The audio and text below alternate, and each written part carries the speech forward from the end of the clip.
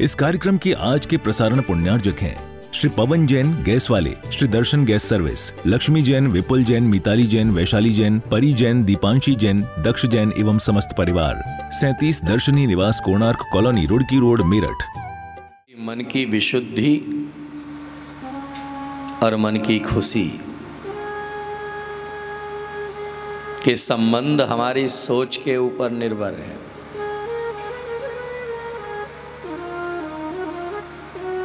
इसीलिए जो है सबसे पहले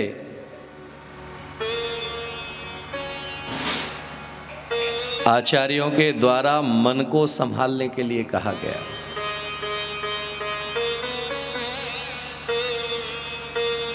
और मन यानी सोच, क्योंकि मन वही सोचता है और मन जैसा सोचता है वैसा जीवन के परिणाम निकल करके आते हैं। इसीलिए श्रेष्ठ सोच रखने वाला व्यक्ति श्रेष्ठ जीवन को जीता है। आपने घड़ी का पेंडुलम देखा हो? पुरानी घड़ियां जो घंटे घर पे होती थी, उन पुरानी घड़ियों के पेंडुलम को देखना, वह पेंडुलम इधर जाता है और उधर जाता है। जितना इधर जाता है और उतना ही उधर जाता है। लेकिन एक बार उस पेंडुलम को बीच में मध्यस्थता में रख करके देखें कि आपका मन जो है वह पेंडुलम है। जब आपकी कोई व्यक्ति प्रशंसा करता है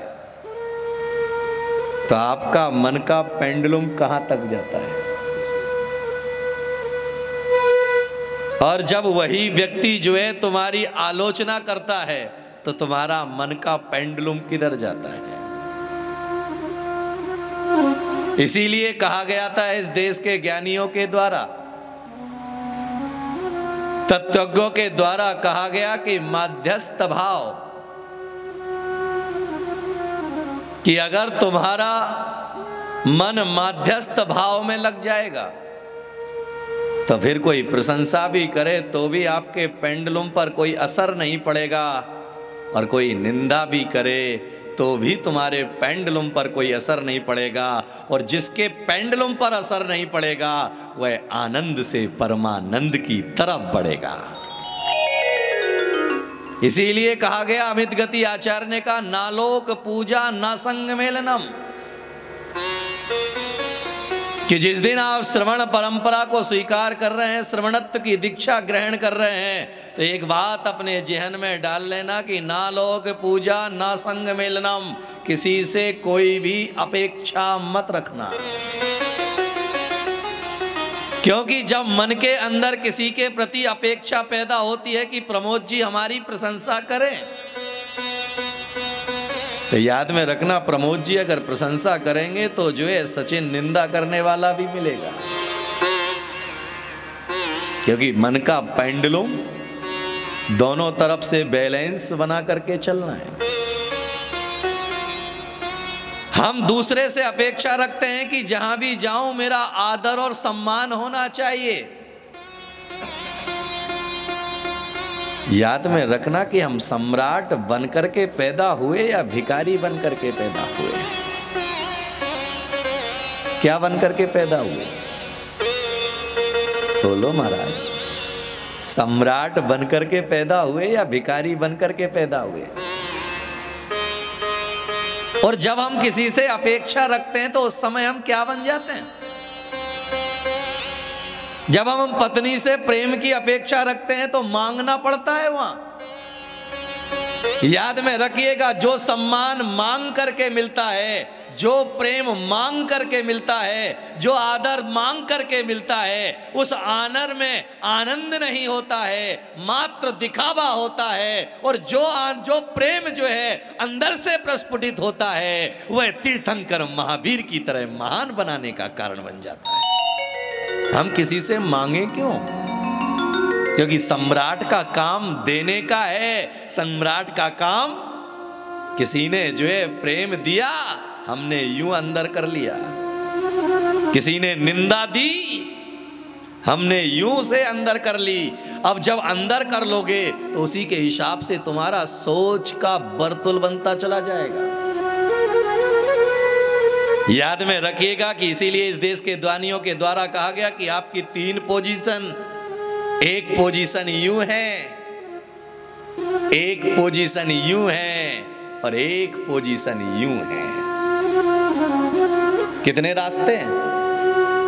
एक रास्ता है यूं का, यानी हम सम्राट बन गए हैं।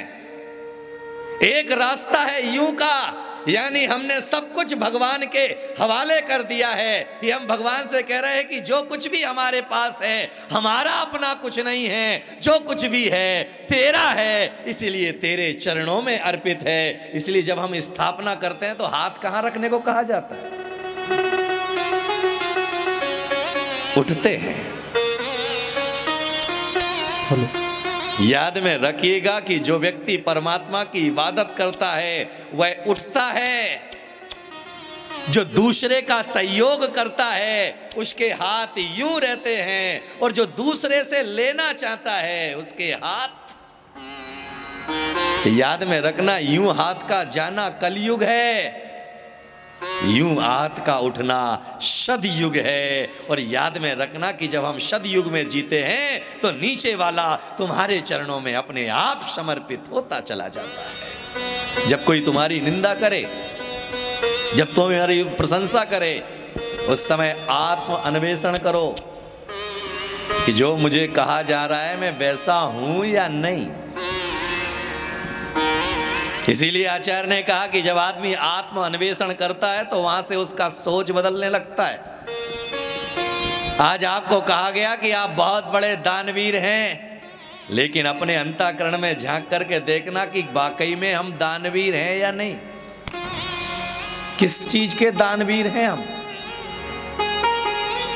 किस चीज का हम दान करते हैं? मनोज जी, किस चीज का दान करते हैं? याद में रखना, हम बहुत कृपण हैं, क्योंकि हम धन का दान तो कर लेते हैं लेकिन प्रेम के शब्दों का दान नहीं कर पाते। प्रेम के शब्द हमारे उसके लिए ही निकलते हैं। भाई साहब 10 मिनट बाद नहीं आ सकते थे आप?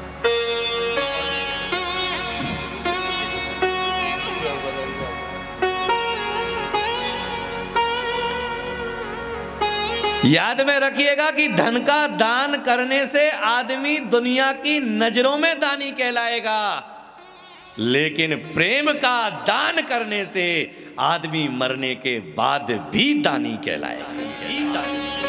क्योंकि मरने के बाद आदमी के प्रेम के वह शब्द ही बार बार लौट करके, आपने मान लीजिए मुझे मालपुआ खिलाया, वह मालपुए की मिठास मेरे मुख में कब तक रहेगी?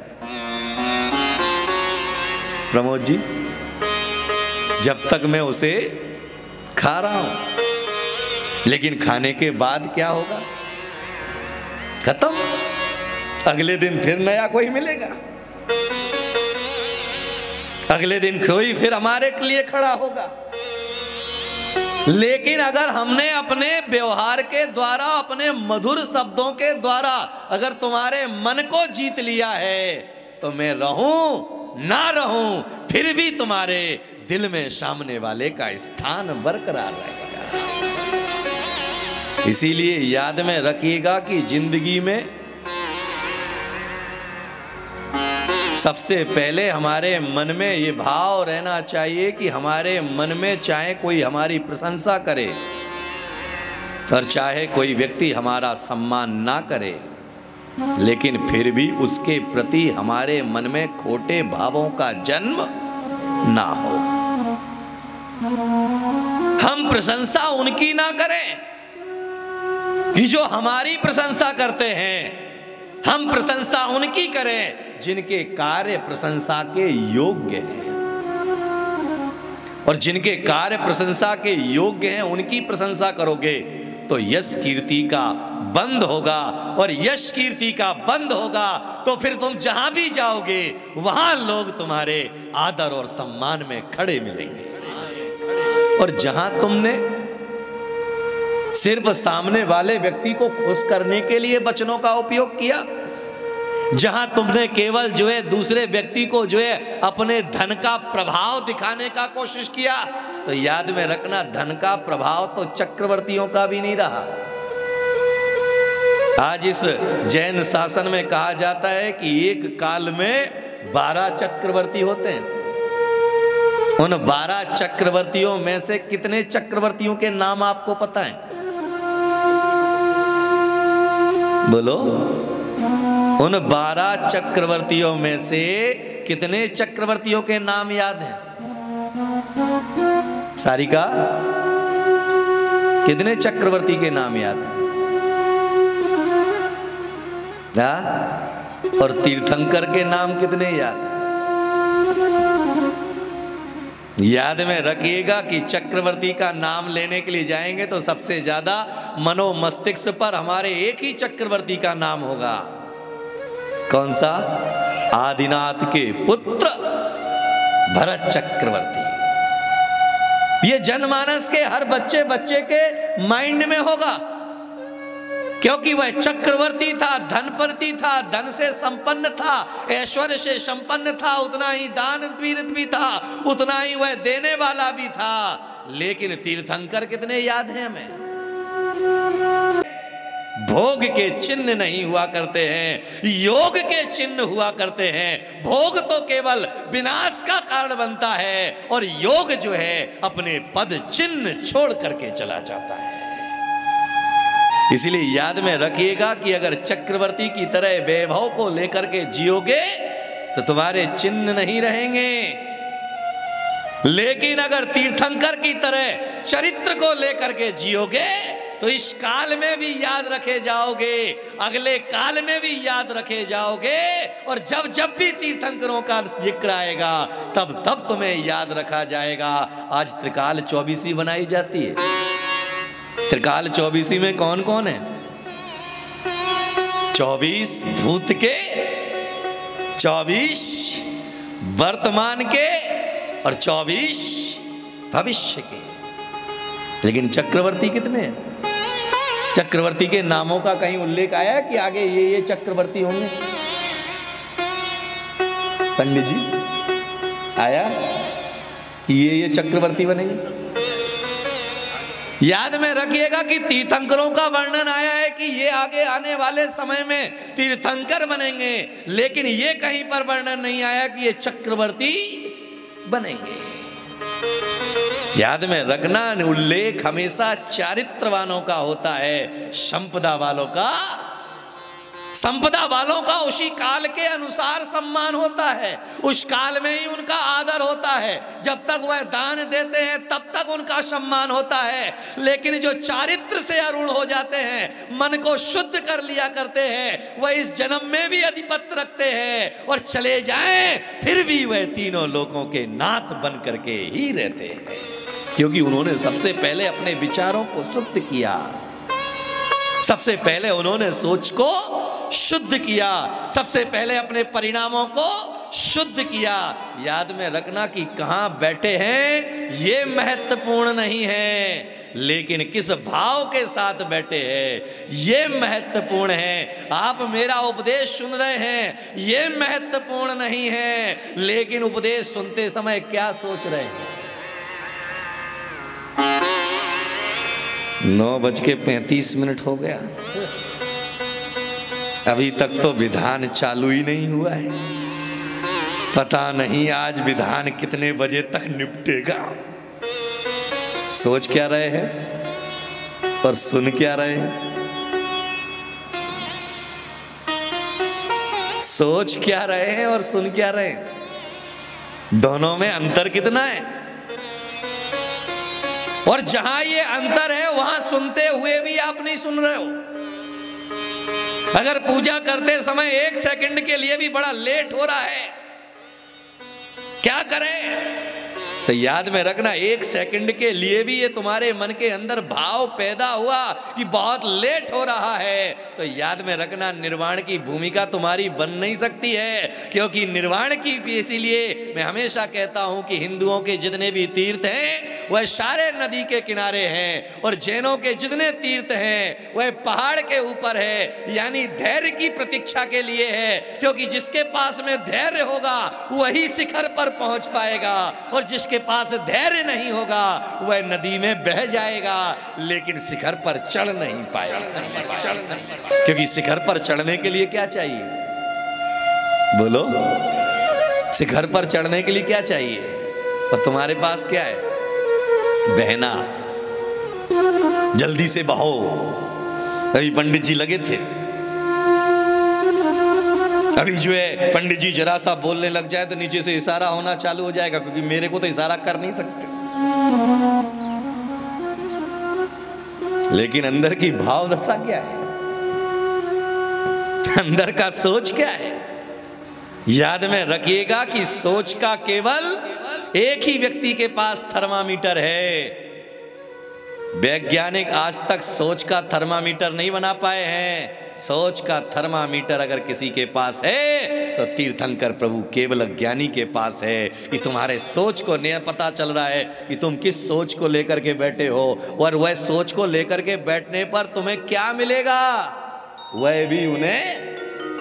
तो इसीलिए शब्दों का जाल बनाना बड़ी बात नहीं है, लेकिन शब्दों को निर्मल बनाना बड़ा कार्य है। तो इसीलिए अभी पंडित जी कह रहे थे कि मनसा पूर्ण महामंडल विधान यहां पर होगा, आपकी संसार की सारी इच्छाएं पूरी हो जाएंगी। कौन कौन अपनी इच्छाओं को पूरा करना चाहता है? हाथ उठा। इस कार्यक्रम की आज के प्रसारण पुण्यार्जक हैं श्री पवन जैन गैस वाले, श्री दर्शन गैस सर्विस, लक्ष्मी जैन, विपुल जैन, मिताली जैन, वैशाली जैन, परी जैन, दीपांशी जैन, दक्ष जैन एवं समस्त परिवार। 37 दर्शनी निवास, कोणार्क कॉलोनी, रुड़की रोड, मेरठ। कार्यक्रम प्रस्तुति दिगंबर जैन जागरण युवा संघ, रजिस्टर्ड, मुंबई। केंद्रीय कार्यालय 305 रानी सती मार्ग, मलाड ईस्ट, मुंबई 97। अपने परिवार की ओर से मुनिश्री के कार्यक्रम का प्रसारण के लिए संपर्क करें 9065330031। बैंक विवरण दिगंबर जैन जागरण युवा संघ, सेंट्रल बैंक ऑफ इंडिया, खाता संख्या 3424988837, IFSC CBIN 0280454।